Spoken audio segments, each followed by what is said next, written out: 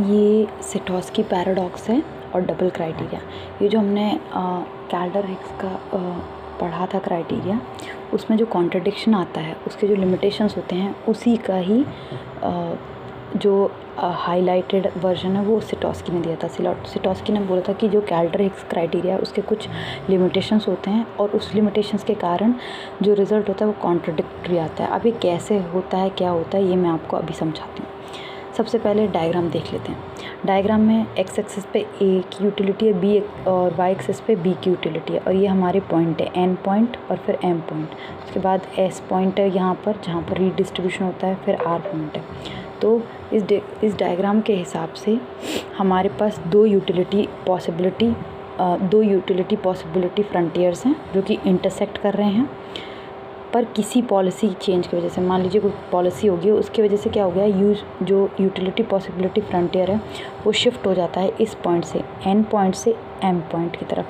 जब ये शिफ्ट होता है तो इससे क्या होता है, वेलफेयर भी इम्प्रूव हो जाता है। मतलब पहले एन पे था, अब एम पे हो गया, तो इसके कारण क्या होता है, वेलफेयर इंक्रीज़ हो जाता है। उस केस में जो बी होता है उसकी यूटिलिटी बढ़ जाती है, पहले इतनी होती है फिर इतनी हो जाती है, तो बी की यूटिलिटी बढ़ जाती है और ए की यूटिलिटी कम हो जाती है। मतलब कि बी जो है वो गेनर बन जाता है और ए लूज़र बन जाता है। अब ये तो हो गया। उसके बाद क्या होगा, जो कैल्डर और हिक्स के हिसाब से हमेशा क्या करते हैं, जो बी जो गेनर होता है वो कंपनसेट करेगा। मतलब कि यहाँ पर अब क्या होगा, रीडिस्ट्रीब्यूशन ऑफ इनकम होगा। तो जो पॉइंट आप एम से लेकर एस देख रहे हैं ना, वहाँ पर रीडिस्ट्रीब्यूशन होगा इनकम का, और इस रीडिस्ट्रीब्यूशन की वजह से क्या होगा, जो ए होगा उसको कंपनसेशन करेगा, बी ए को कंपनसेट करेगा, और बी दोबारा उतना ही वेल ऑफ हो जाएगा जितना पहले होता है। मतलब पहले एन था तो उतना ही हो गया एस पे आके, तो ए की यूटिलिटी वैसी की वैसी रही और वेल ऑफ हो गया। बट अगर हम बात करें रिवर्स मूवमेंट की, तो ये तो हमारा कैल्डर मूवमेंट होगी। रिवर्स मूवमेंट की बात करें तो रिवर्स मूवमेंट क्या होता है, रिवर्स मूवमेंट हो गया मतलब कि अगर हम पॉइंट एम से,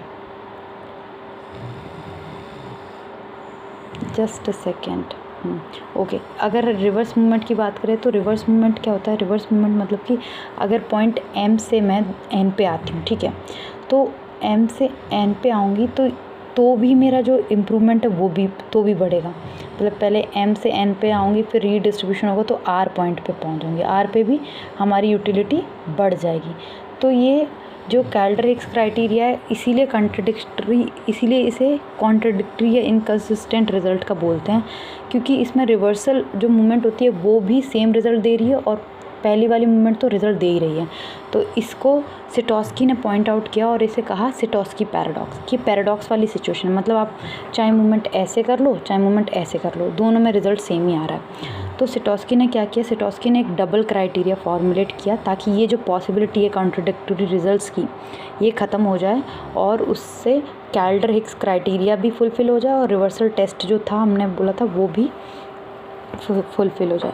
इसका मतलब कोई भी ऐसा चेंज जहाँ पर गेनर जो है वो लूज़र को ये परस्यू कर पाता है कि आप चेंज को एक्सेप्ट कर लो, और लूज़र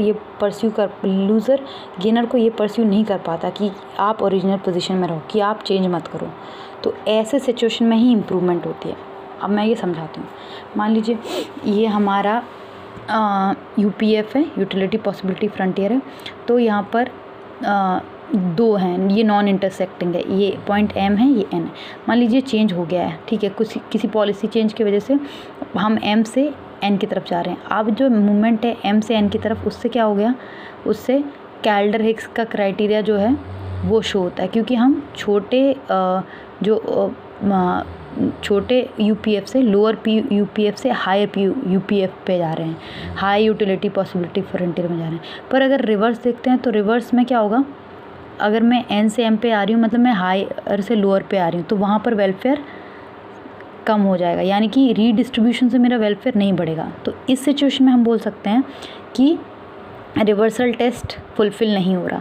तो हम कंक्लूड कर सकते हैं कि जब दो यूपीएफ नॉन इंटरसेक्टिंग होते हैं, मतलब ये दोनों नॉन इंटरसेक्टिंग है और उसमें मूवमेंट होती है लोअर यूपीएफ से हायर यूपीएफ तक, तो उसमें हमारा जो सोशल वेलफेयर है वो इंक्रीज़ होता है। और ये तभी होगा जब क्या कहते हैं, जो एग्रीगेट आउटपुट है, अब देखो ये वाला और ये बढ़ रहा है ना, ये एन वाला जो यूपीएफ ये बढ़ा, यानी कि जब हमारे पास जो आउटपुट है वो बढ़ता है या रियल इनकम बढ़ता है। सेम चीज़ हमने कैल्डर्स में भी देखी थी। तो ये थ्योरी बस इतनी थी, और इसी के साथ हमारी पूरी की पूरी जो थ्योरी थी कैल्डर, हिक्स और सिटोस्की की वेलफेयर को लेकर, वो सारी यहाँ ख़त्म होगी। नेक्स्ट में हम बस जो बचे हुए लिमिटेशंस हैं उसको कवर करेंगे। Thank you so much for watching.